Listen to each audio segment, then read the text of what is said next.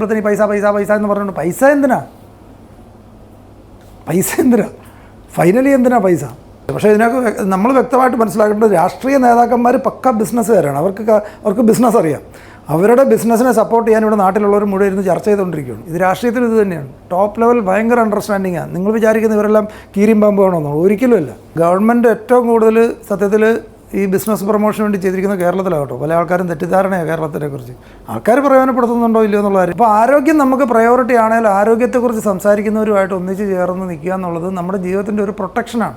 ഇല്ല നമ്മൾ വിട്ടുപോകും. നമ്മൾ നോർമൽ ആൾക്കാരുടെ കൂടെ അതിലെല്ലാം പോയി കഴിയുമ്പോൾ ഫൈനലി നമ്മുടെ ജീവിതത്തിൻ്റെ നിലവാരം കൂട്ടാൻ വേണ്ടിയാണ് പൈസ. ആൾക്കാർ പൈസ പൈസ പൈസ ലോട്ടറിക്കാരൻ പറഞ്ഞിടത്തിന് പൈസ പൈസ പൈസ എന്ന് പറഞ്ഞുകൊണ്ട് പൈസ എന്തിനാ ഫൈനലി എന്തിനാ പൈസ നടക്കുന്ന പൈസ പൈസ പൈസ എന്ന് പറഞ്ഞുകൊണ്ട് പൈസ എന്തിനാണെന്ന് ആദ്യം വ്യക്തമാക്കണം. പൈസ എന്തിനു വേണ്ടിയാണ് ഉണ്ടാക്കുന്നതെന്ന് ആദ്യം മനസ്സിലാക്കി കഴിഞ്ഞാൽ പിന്നെ ക്ലിയറായി. നമ്മൾ പല ആൾക്കാരും നമുക്ക് അതിനെക്കുറിച്ച് വ്യക്തതയില്ല. നമ്മൾ പൈസ വേണമെന്നുള്ളൂ. പൈസ എന്തിനാണെന്ന് ചോദിച്ചാൽ അറിയാൻ മേല. പൈസ നമ്മുടെ ജീവിത നിലവാരം കൂട്ടാനായിരിക്കണം. ആ ജീവിത നിലവാരം കൂട്ടണമെങ്കിൽ അങ്ങനെയുള്ള ആൾക്കാരുമായിട്ട് അസോസിയേറ്റ് ചെയ്യുക, അങ്ങനെയുള്ള ആൾക്കാർ സംസാരിക്കുന്നിടത്തും അങ്ങനെയുള്ളൊരു ക്ലബ്ബിൽ ഇപ്പോൾ നമ്മൾ നോർമലി അല്ലെങ്കിൽ ഇവിടെ നാട്ടിൽ നമുക്ക് കിട്ടുന്ന ബാക്കി കള്ളുകൂടി കമ്പനികളൊക്കെ മാത്രമേ നമുക്ക് കാണുകയുള്ളൂ.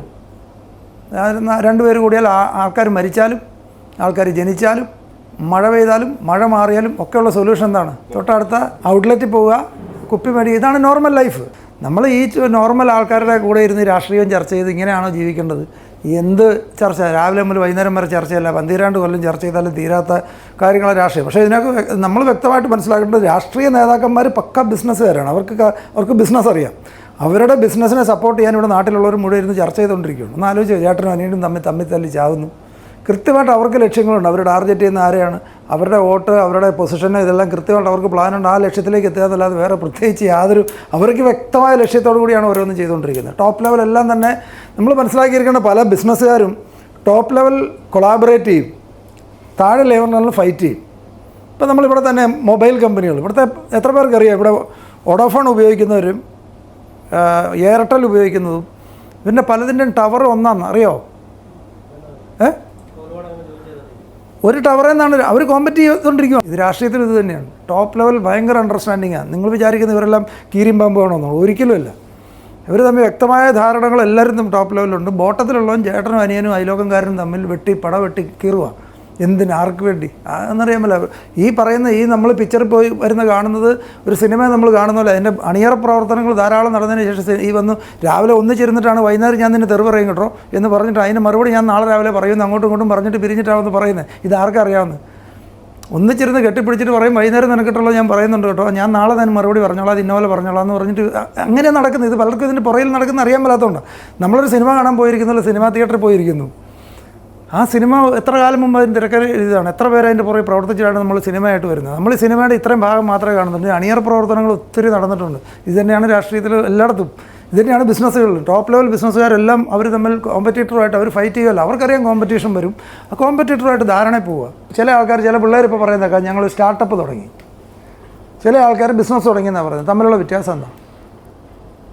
നിങ്ങളിപ്പോൾ കേട്ടിട്ടുണ്ടല്ലോ, സ്റ്റാർട്ടപ്പിനെ കുറിച്ച് കേട്ടിട്ടുണ്ട്. ആ കാര്യത്തിൽ നമ്മൾ കേരളത്തിനെക്കുറിച്ച് ആരെല്ലാം കുറ്റം പറഞ്ഞാലും ഗവൺമെൻറ് ഏറ്റവും കൂടുതൽ സത്യത്തിൽ ഈ ബിസിനസ് പ്രൊമോഷന് വേണ്ടി ചെയ്തിരിക്കുന്ന കേരളത്തിലാകട്ടോ. പല ആൾക്കാരും തെറ്റിദ്ധാരണയാണ് കേരളത്തിനെക്കുറിച്ച്. ആൾക്കാർ പ്രയോജനപ്പെടുത്തുന്നുണ്ടോ ഇല്ലയോ എന്നുള്ള കാര്യം. സ്റ്റാർട്ടപ്പ് മിഷൻ എന്ന് പറഞ്ഞൊരു സ്റ്റാർട്ടപ്പ് മിഷൻ ഇവിടെ തുടങ്ങിയതിന് ശേഷം എന്തുമാത്രം ഫെസിലിറ്റികളാണെന്നറിയോ കൊടുത്തിരിക്കുന്നത്. ഇതൊക്കെ എത്ര പേര് അറിയാം, എത്ര പേര് ഉപയോഗിക്കുന്നുണ്ടെന്നുള്ള വേറെ. ആൾക്കാർ കേരളത്തിനെ കുറിച്ച് ചീത്തയൊക്കെ പറയുമ്പോൾ ഒത്തിരി നല്ല കാര്യങ്ങൾ വേറെ സൈഡിൽ നടക്കുന്നുണ്ട്. സ്റ്റാർട്ടപ്പിന് വേണ്ടി തന്നെ എന്തുമാത്രം സൗകര്യങ്ങളാണ് ഒരു പുതിയ ബിസിനസ് ആശയമായിട്ട് ചെന്ന്. എന്താണ് സ്കെയിലബിലിറ്റിയെക്കുറിച്ച് പറഞ്ഞതാണ്. അതാണ് ഞാൻ സ്റ്റാർട്ടപ്പ് എന്ന് പറയാൻ കാരണം. സ്റ്റാർട്ടപ്പ് എന്ന് പറയുന്നത് നോർമൽ ബിസിനസ്സും തമ്മിലുള്ള പ്രധാന വ്യത്യാസം എന്താണെന്നറിയോ? സ്റ്റാർട്ടപ്പ് എന്ന് പറയുന്നത് നമ്മൾ ചെറിയ മുതൽ മുടക്കി ചെറുതായിട്ട് തുടങ്ങിയതാണെങ്കിലും നാളെ ടെക്നോളജി ഉപയോഗിച്ച് ഇതിനെ സ്കെയിലപ്പ് ചെയ്യാനായിട്ട് ഒരു സ്റ്റേറ്റിലേക്കോ രാജ്യത്തേക്കോ വേറെ ഇൻ്റർനാഷണലായിട്ടോ എക്സ്പാൻഡ് ചെയ്യാൻ പറ്റുന്ന ബിസിനസ് മോഡലിനെയാണ് സ്റ്റാർട്ടപ്പ് കാറ്റഗറി വരുന്നത്. നമ്മളൊരു പലചരക്കവിടെ തുടങ്ങിയ സ്റ്റാർട്ടപ്പ് അല്ല. സ്റ്റാർട്ടപ്പ് എന്ന് പറഞ്ഞാൽ നമ്മൾ തുടങ്ങുന്ന ഒരു സാധനം, ഒരു ആശയം, അതിൻ്റെ സീഡ് വളരെ ചെറുതായിരിക്കും. ആ ചെറുതായിട്ടൊരു സീഡിനെ വളർത്തി വലുതാക്കി നമ്മുടെ ഏരിയയിൽ നിന്നല്ലാതെ സ്റ്റേറ്റ് വിട്ടോ രാജ്യം വിട്ടോ വേറെ സ്ഥലത്തേക്ക് വരെ കൊണ്ടുപോകാൻ പറ്റുന്ന, എക്സ്പാൻഡ് ചെയ്യാനായിട്ട് പറ്റുന്ന തരത്തിലുള്ള ബിസിനസ്സുകളുണ്ട്. ആ എക്സ്പാൻഡ് ചെയ്യാൻ പറ്റുന്ന ഒരു ബിസിനസ്സിൽ നമ്മളിന്ന് ചെറിയ ലാഭം ഉള്ളെങ്കിൽ പോലും നാളെ അത് വളർത്തിയെടുക്കുക വലുതാക്കാനായിട്ട് പറ്റുന്നതിനാണ് സ്റ്റാർട്ടപ്പിനകത്ത് വരുള്ളൂ.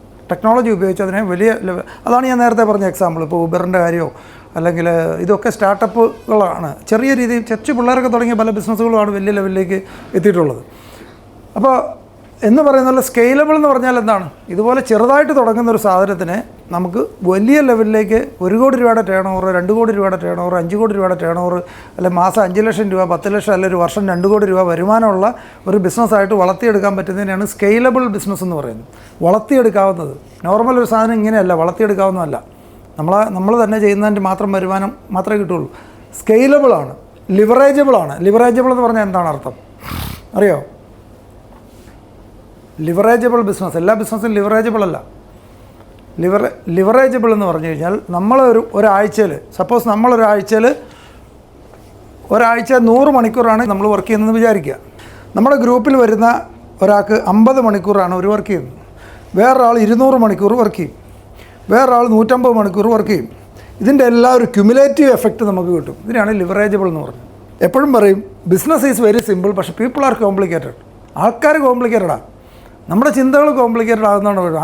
ബിസിനസ് വളരെ സിമ്പിളാണ്, വളരെ ലളിതമായിട്ട് ചെയ്യാവുന്നൊരു സാധനമാണ്. പക്ഷേ നമ്മൾ അനാവശ്യമായിട്ട് ചിന്തിച്ച് കോംപ്ലിക്കേറ്റ് ചെയ്യും. അതായത് റൗണ്ട് ഷേപ്പിലാണ് സാറിന് ഒരു വണ്ടിയുടെ വീല്, പക്ഷേ ചില ആൾക്കാർക്ക് ഇങ്ങനെ ഇരിക്കുന്ന വീൽ ഇങ്ങനെയാണെങ്കിൽ ഇതിനകത്ത് എൻ്റെ ഒരു എന്തെങ്കിലും വേണമല്ലോ. അതിന് ഞാനിങ്ങനെ സ്ക്വയർ ഷേപ്പിലാക്കി ഓടിച്ച് നോക്കും. സ്ക്വയർ ഷേപ്പിലാക്കിയാൽ എന്നാ കുഴപ്പം? ഇങ്ങനെയല്ല ഇത്. ഇത്രയും ചെയ്യാവുന്ന കമ്പനി എന്തായാലും ഒരു സാധനം ഉണ്ടാക്കി അവർ റിസർച്ച് ചെയ്ത് വെച്ചിരിക്കുന്നുണ്ടെങ്കിൽ പിന്നെ നമ്മളിതിനെ ഏറ്റവും എളുപ്പമായിട്ട് ചെയ്യാവുന്ന രീതി ഉണ്ടാക്കി വെച്ചിട്ടുണ്ടെങ്കിൽ, അതായത് ഈ സിസ്റ്റം ഇതാണ് ഏറ്റവും സിംപ്ലസ്റ്റ് ഫോം.